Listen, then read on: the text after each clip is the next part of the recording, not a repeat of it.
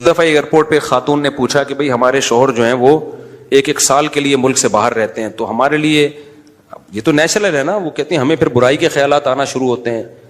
تو انہوں نے کچھ سوال پوچھے، وہ حیا کے خلاف ہیں، میں اس کو نہیں یہاں ڈسکس کر سکتا. میں نے ان سے کہا میاں کے علاوہ آپ کے پاس کوئی راستہ نہیں ہے اپنی خواہش پوری کرنے کا.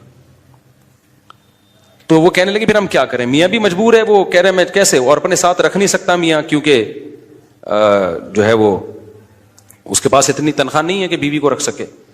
تو چند کیس ایسے ہوتے ہیں. اصولی طور پر تو میاں کو چاہیے اللہ پہ توکل کرے، غریب بھی ہے نا اپنے ساتھ اپنی بیوی کو رکھے. کوئی بات نہیں، میاں بیوی دونوں روکھی سوکھی مل کے کھا لیں گے، کم پہ گزارا کر لیں گے. جو بیویوں کو چھوڑ کے ایک سال دو سال کے لیے باہر جاتے ہیں، یہ شریعت میں بالکل پسندیدہ نہیں ہے. اللہ نے بیوی کو صاحبہ کہا ہے، ساتھ رہنے والی.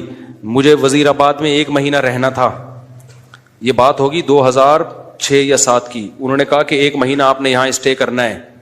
بیانات کے سلسلے میں نا مسجد 1 مہینے کے لیے میرے حوالے کی تھی.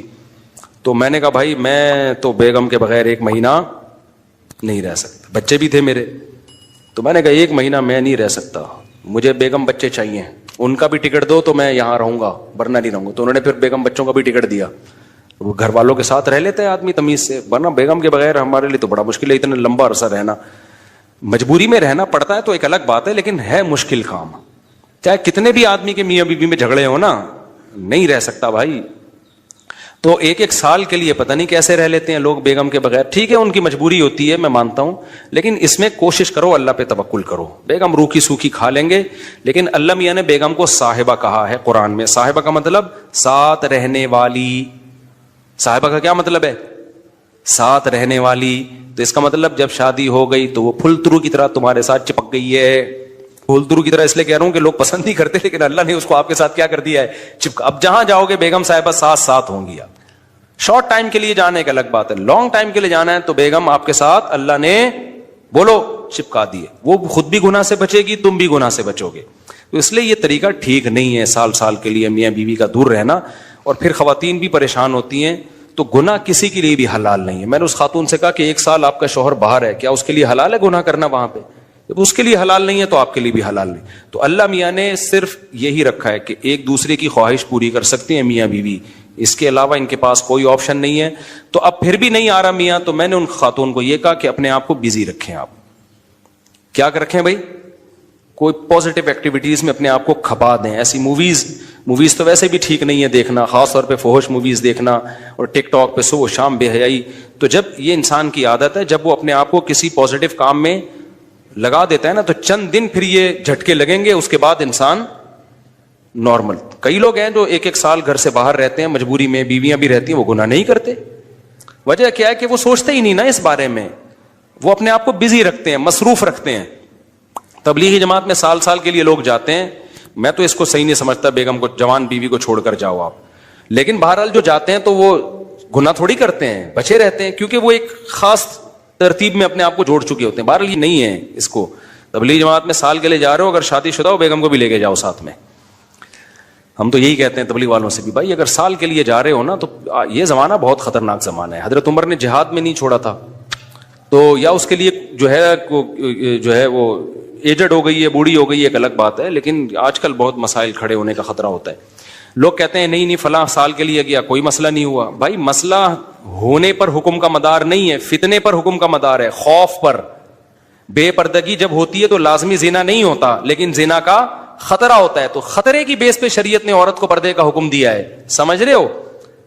تو آپ اپنی بیگم کو 1 سال کے لیے، جوان بیوی ہے، اس کو چھوڑ کے چلے گئے تو ضروری نہیں کہ وہ برائی میں لگے، لیکن برائی کا خطرہ ہے نا. تو خطروں کی بیس پہ احکام دیے ہیں شریعت نے. برائی کا یقین ہو پھر تو بالکل ہی حرام ہے. تو خطرے کی بیس ہے، خطرہ اس بات کا. اس لیے اتنا لمبا بیگم کو چھوڑ کے جانا ٹھیک. اور میں آپ سے بتاتا ہوں، دیکھو جس کو بیوی کے حقوق دینے ہو نا، اپنی بیٹی کو سامنے رکھ کے سوچ لے. آپ یہ چاہتے ہو کہ آپ کی بچی کی شادی ہو اور داماد اس کو 1 سال کے لیے چھوڑ کے چلا جائے، تو آپ اپنی بیٹی کے لیے پسند کرو گے اس بات کو؟ تو جو اپنے کے لیے پسند نہیں کر رہے، دوسروں کی بیٹیوں کے لیے کیوں پسند کر رہے ہو اس بات کو؟ بھائی یہ تو غلط ہے نا. تو اس لیے یہ اچھے لوگوں کی علامت نہیں ہے. ہاں تبلیغ میں اللہ کے لیے قربانی دے رہے ہوتے ہیں، لیکن بیگم کو بھی لے جاؤ یار. سمجھتے ہو گے نہیں سمجھتے؟ یا پھر شادی کے بغیر پہلے سال لگا لو, شادی کی ہے تو پھر بیگم کو ساتھ لے کے جاؤ. تو بڑے مسائل کھڑے ہونے کا خطرہ ہوتا ہے آج کل. تو اس لیے اس میں جب, اور اگر نہیں ہے کوئی صورت نہیں بن رہی ہے, تو پھر اپنے آپ کو مثبت ایکٹیویٹیز میں اتنا کھپا دو. تو میں آپ کو گارنٹی سے کہتا ہوں چند دن چند مہینوں کے بعد آپ کے دماغ سے وہ خیالات نکل جائیں گے. تو آپ مصروف کر دو گے اپنے آپ کو, لیکن اس بیس پہ آپ کے لیے کوئی بھی گناہ حلال نہیں ہے, گناہ حلال نہیں ہوگا آپ کے لیے. اچھا بھائی, طاہر شمیر رحیم یار خان انٹرچینج سے جب بھی گزر ہو میرے پاس کھانا کھا کے جائے. ٹھیک ہے انشاءاللہ, صلو علی الحبیب. چلیں کبھی گزریں گے تو. لیکن وہی ہے, کسی سے ملاقات نہیں کروانی, سیدھا کھانا رکھ دینا ہے, اصرار نہیں کرنا. ہماری مرضی, کھانا کھائیں نہیں کھائیں, نکل لیے پھر ٹھیک ہے. ایسی دعوت ہمیں بہت اچھی لگتی ہے. دیکھو مجھے وہ مہمان اچھا لگتا ہے جو بے تکلف ہو. آپ سمجھتے ہو نا میری اس پوری تقریر سے کہ میں لوگوں سے ملنا نہیں چاہتا, ایسا نہیں ہے. بے تکلف آدمی مجھے پسند ہے. میرے پاس 3 دن بھی لوگ ٹھہر کے جاتے ہیں جو میرے رشتے دار نہیں ہیں, لیکن یہ وہ لوگ ہیں. کیسے لوگ ہیں؟ ابھی پشاور سے میرے پرانے دوست آئے ملنے کے لیے.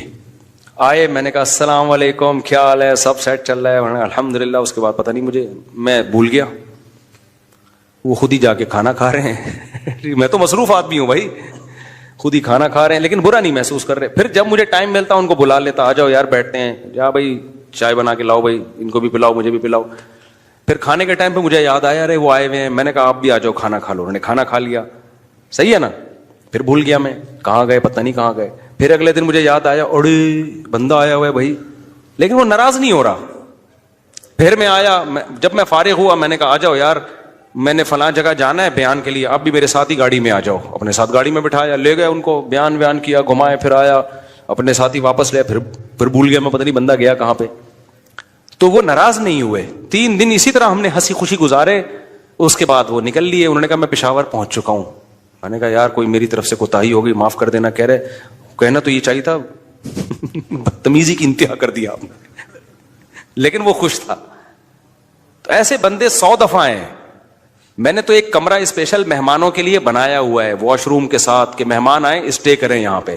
لیکن وہ مہمان جو تکلف والا نہ ہو کہ جی پوچھا نہیں مجھے ناشتے میں مفتی صاحب نے, بھائی ہماری بہت ٹینشن ہے, ابھی یہ تجھے پوچھیں گے تو ہم تو گھر والوں کو کون پوچھے گا.